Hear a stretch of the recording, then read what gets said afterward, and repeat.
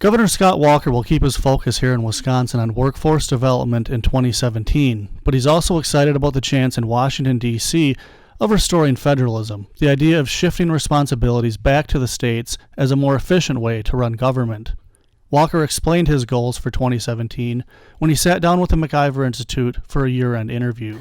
Last month, we had more people employed in the state of Wisconsin than we've ever had in our state's history. When we first ran in 2010, it was all about jobs, jobs, jobs.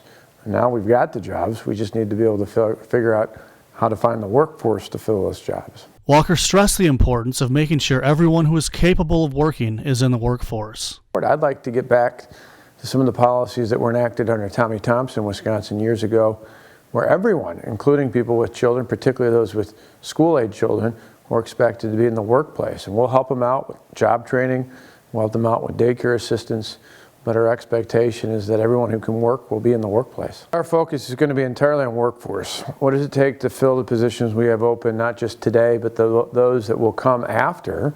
Because for many of our employers, workforce development is economic development. Walker reiterated his campaign pledge not to raise taxes, including the gas tax and vehicle registration fees, sure to be the topic of fierce debate in 2017. Well, for us, it's simple. It's about keeping our promise. Our promise when I ran for re-election 2 years ago was that I wouldn't raise the gas tax nor the vehicle registration fee without a corresponding decrease in taxes somewhere else, because I'm not going to raise the overall tax burden on the hardworking people of this state. The DOT's recent budget proposal directs more money to local transportation projects without raising taxes or fees. All goals Walker made clear early in the transportation debate. So we met all the objectives that we laid out early on in the process. The key will be is we're not going to take on big new projects elsewhere in the state. Our goal is really to focus on safety and maintenance of the existing system.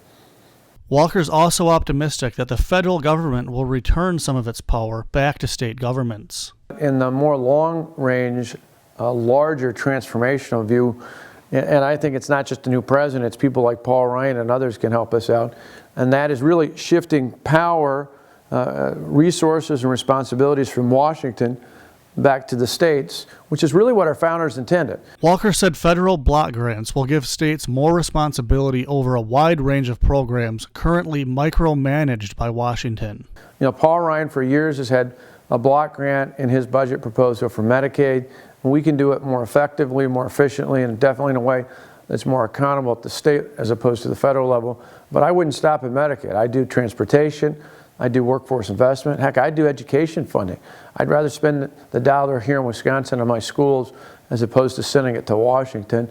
And I think most people, regardless of party, would prefer that too. People want smaller government, but they want the government that's left to work, and it's much more likely to work if done at the state and local level than in Washington. While Wisconsin is climbing in national economic and academic rankings, Walker says he'll keep pushing for continuous improvement.